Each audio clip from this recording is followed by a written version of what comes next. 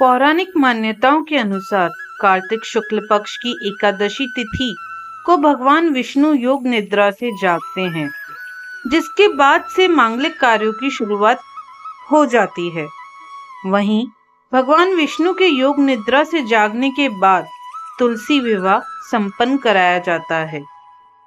पौराणिक ग्रंथों के मुताबिक एक बार भगवान शिव ने अपने तेज को समुद्र में फेंक दिया था।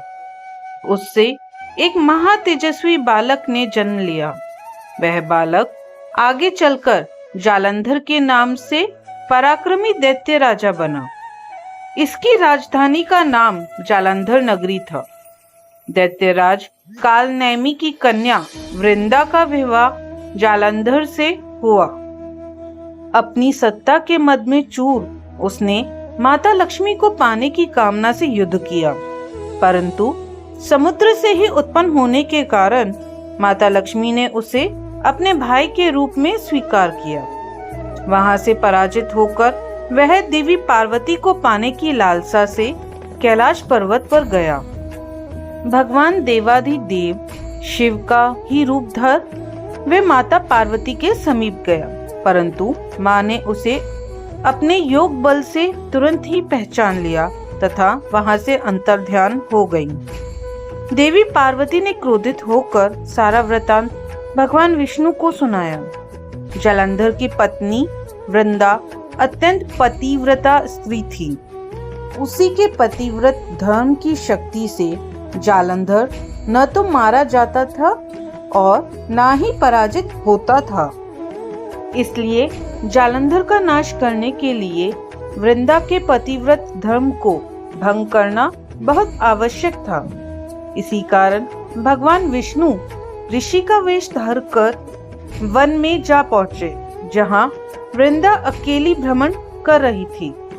भगवान के साथ दो मायावी राक्षस भी थे, जिन्हें देखकर वृंदा भयभीत हो गई। ऋषि ने वृंदा के सामने पल में दोनों को भस्म कर दिया। उनकी शक्ति देखकर वृंदा ने कैलाश पर्वत पर महादेव के साथ युद्ध कर रहे अपने पति जालंधर के बारे में पूछा। ऋषि ने अपने माया जाल से दो वानर प्रकट किए। एक वानर के हाथ में जालंधर का सिर था तथा दूसरे के हाथ में धड़। अपने पति की यह दशा देखकर वृंदा मूर्छित होकर गिर पड़ी। होश में आने पर उन्होंने ऋषि रूपी भगवान से विनती की कि वह उनके पति को जीवित करें। भगवान ने अपनी माया से पुनः जालंधर का सिर धड़ से जोड़ दिया, परंतु स्वयं भी उसी के शरीर में प्रवेश कर गए। वृंदा को इस छल का तनिक भी आभास न हुआ। जालंधर बने भगवान के साथ वृंदा पतिव्रता का व्यवहार करने लगी, जिससे उसका सतीत्व भंग हो गया। ऐसा होते ही वृंदा का पति जालंधर युद्ध में हार गया। इस सारी लीला का जब वृंदा को पता चला तो उसने क्रोधित होकर भगवान विष्णु को हृदयहीन शिला होने का श्राप दे दिया। अपने भक्त के श्राप को भगवान विष्णु ने स्वीकार किया और सालिग्राम पत्थर बन गए। सृष्टि के पालनकर्ता के पत्थर बन जाने से ब्रह्मांड में असंतुलन की स्थिति हो गई। यह देखकर सभी देवी देवताओं ने वृंदा से प्रार्थना की कि वह भगवान विष्णु को श्राप मुक्त कर दे। वृंदा ने भगवान विष्णु को श्राप मुक्त कर स्वयं आत्मदाह कर लिया। जहां वृंदा भस्म हुई वहां तुलसी का पौधा उगा। भगवान विष्णु ने वृंदा से कहा, हे वृंदा, तुम अपने सतीत्व के कारण मुझे लक्ष्मी से भी अधिक प्रिय हो गई हो। अब तुम तुलसी के रूप में सदा मेरे साथ रहोगी। तब से हर साल कार्तिक महीने के देवउठनी एकादशी के दिन तुलसी विवाह के रूप में मनाया जाता है। जो भी मनुष्य सालिग्राम रूप के साथ तुलसी का विवाह करेगा उसे इस लोक और परलोक में विपुल यश प्राप्त होगा। उसी दैत्य जलाधर की यह भूमि जलंधर नाम से विख्यात है।